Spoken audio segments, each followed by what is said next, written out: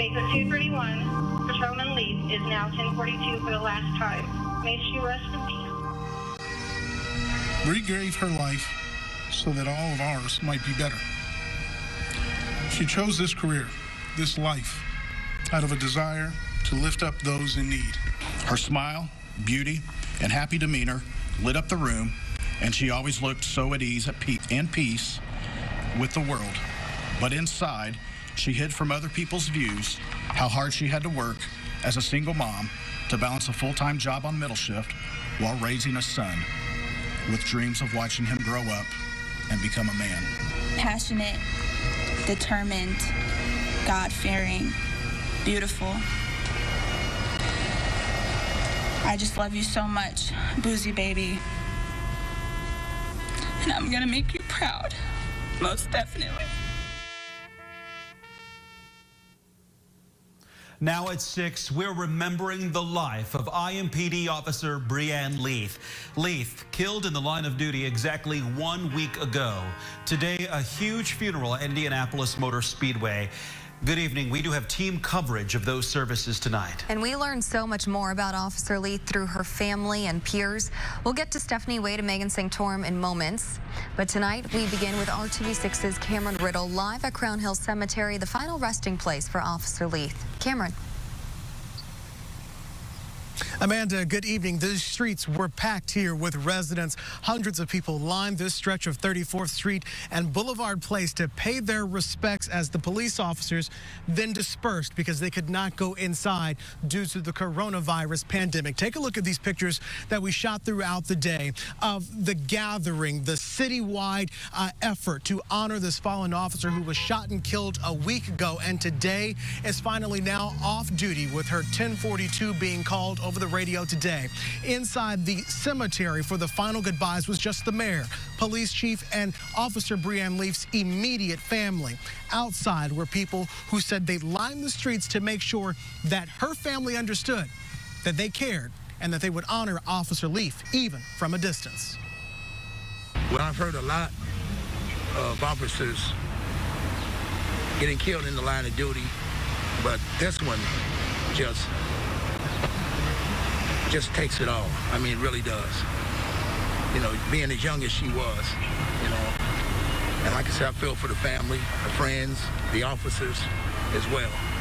So my heart goes out to all of them. And he talks about that officer who just had 2 years on the force, who wanted to be a police officer since she was 7 years old, the daughter of parents working in law enforcement and civil service. He was among the people here who wanted that family to know that they cared, and she is appreciated, and her legacy will be remembered. In Indianapolis, I'm Cameron Riddle, RTV6. Thank you, Cameron. And today, an unprecedented funeral in honor of Officer Leath. It was the first funeral in Indianapolis Motor Speedway's storied history, but also because of COVID-19, everyone had to practice social distancing. Stephanie Wade shows us even though people were physically separated, the memory of Bree Leath brought everyone closer together in spirit. It's really emotional and overwhelming to see. Where normally this place would be ignited with energy, the stands filled with cheers just next month, now filled with somber police officers wrapped around the track, saying their final goodbyes to one of their own.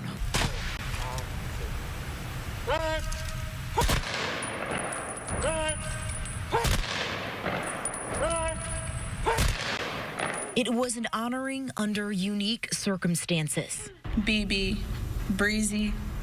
A lot of people call her many names. Boozy baby was ours.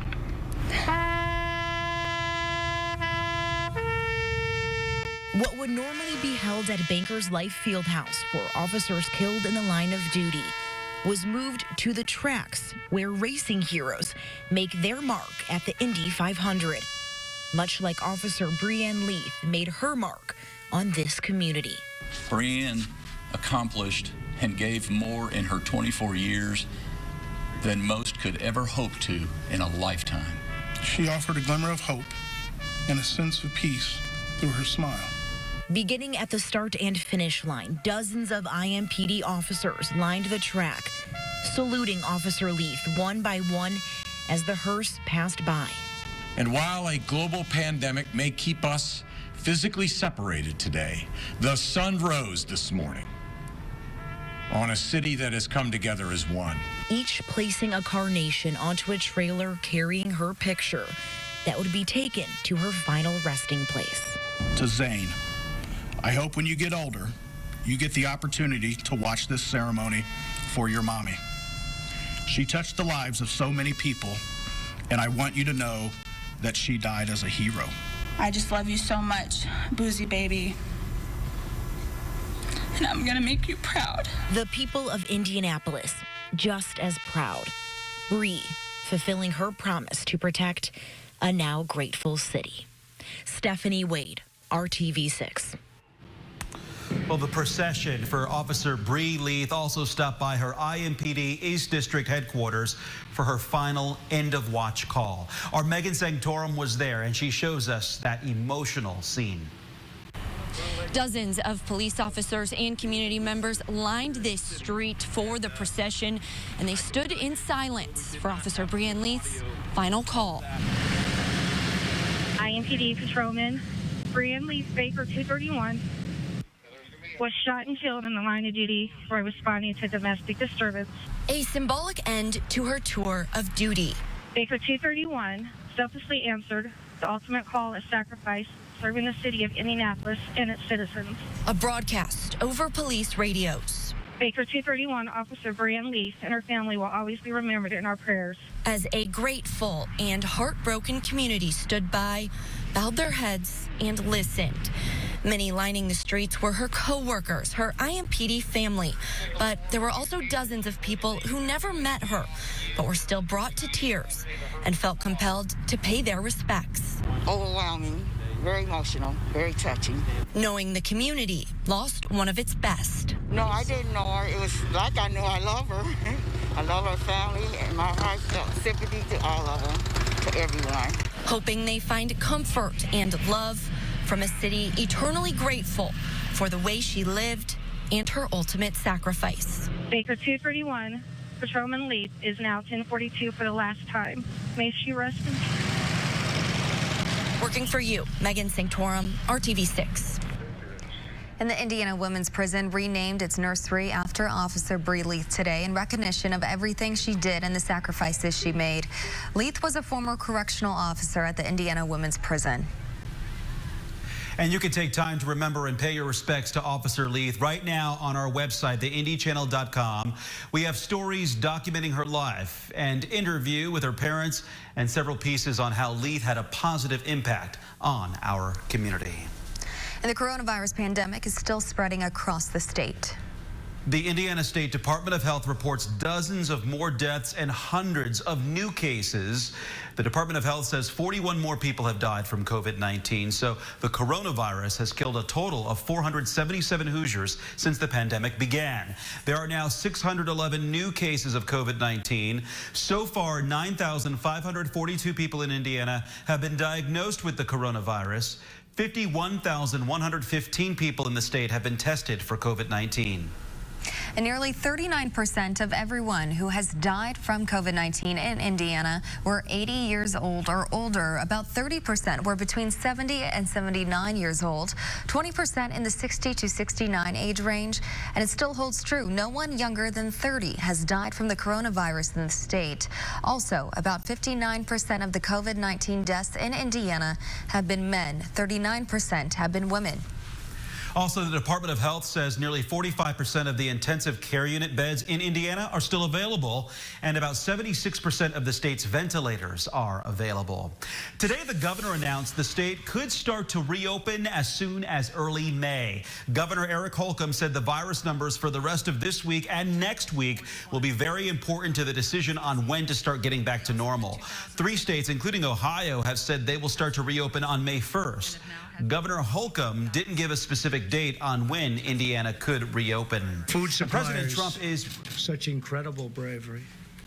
and the determination and drive of our citizens. President Trump is revealing tonight a set of guidelines that the states can follow to determine when to ease coronavirus restrictions.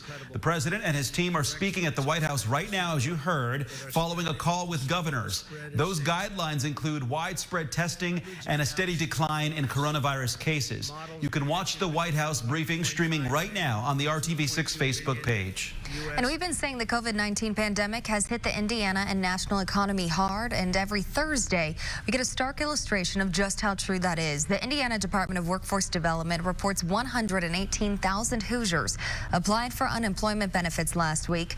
That means almost 450,000 people in Indiana have applied for unemployment benefits in 1 month.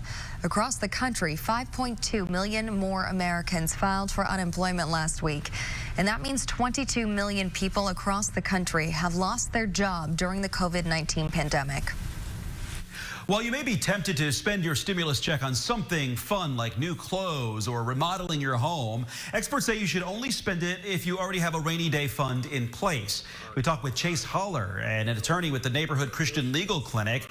He says many Hoosiers may not realize they still need to pay their bills, rent, mortgage, and other bills.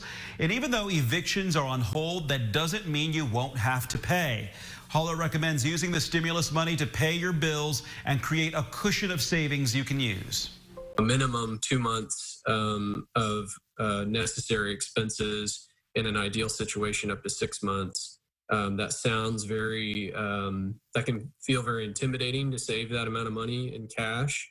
But it's certainly necessary to weather a situation like this where you legitimately may not be able to find employment for that period of time, and your unemployment benefits may not last you the entire time that you're without a job. Holler recommends creating an essentials-only budget and determine what you can cut if you need to. So even if someone's ill, even if they have chronic illness, they can live the best life that they can with our help. RTV6 is the station committed to connecting you with jobs and resources with our Hiring Hoosiers initiative that we started more than a year ago. Through the pandemic, companies are turning to us to help get the word out that they are hiring. Tonight, our Nicole Griffin is focusing on a home health care company that is looking to help displaced workers right now. Around 200 patients in Marion and surrounding counties currently receive care from Home Services Unlimited in the comfort of their own home. But right now, leaders with the company tell me due to the coronavirus pandemic, they need to fill several positions. The good thing about being a nurse, a home care nurse, is you get that one-on-one interaction and that one-on-one care with your patient. From monitoring vital signs to caring for wounds. Any problems with a lot of fatigue or tiredness? Or just performing day-to-day personal care. Nurses, therapists, and personal care attendants with Home Services Unlimited help their patients in a variety of different ways. Helping people get better. That's what nurses are about, improving people and helping people live the best lives they can. We have a lot of patients that are recovering from strokes, heart attacks. Those things don't go away just because we're having a COVID crisis. As the pandemic continues, HSU needs to be able to serve even more patients who come home from the hospital. But due to employees losing childcare or having to quarantine, they are short-staffed. We just got our first COVID positive patient the other day. We don't know how many we will get, but most of our patients have been moved out of the hospital to make room for those COVID patients. So in order to be prepared, they need to hire nurses and home health aides to help even more patients. People are safer in their homes. If once they get home, then they don't have to worry about so much exposure from folks coming in and out of their room and going from patient to patient. But it takes a lot more staff to see those people because they're spread out over the county. Like hospital workers, HSU employees have personal protective equipment and follow CDC guidelines to stay safe and healthy. Working for you, Nicole Griffin, RTV6. And right now we need to get to the White House where President Trump is updating the nation on the COVID-19 pandemic. Their individual states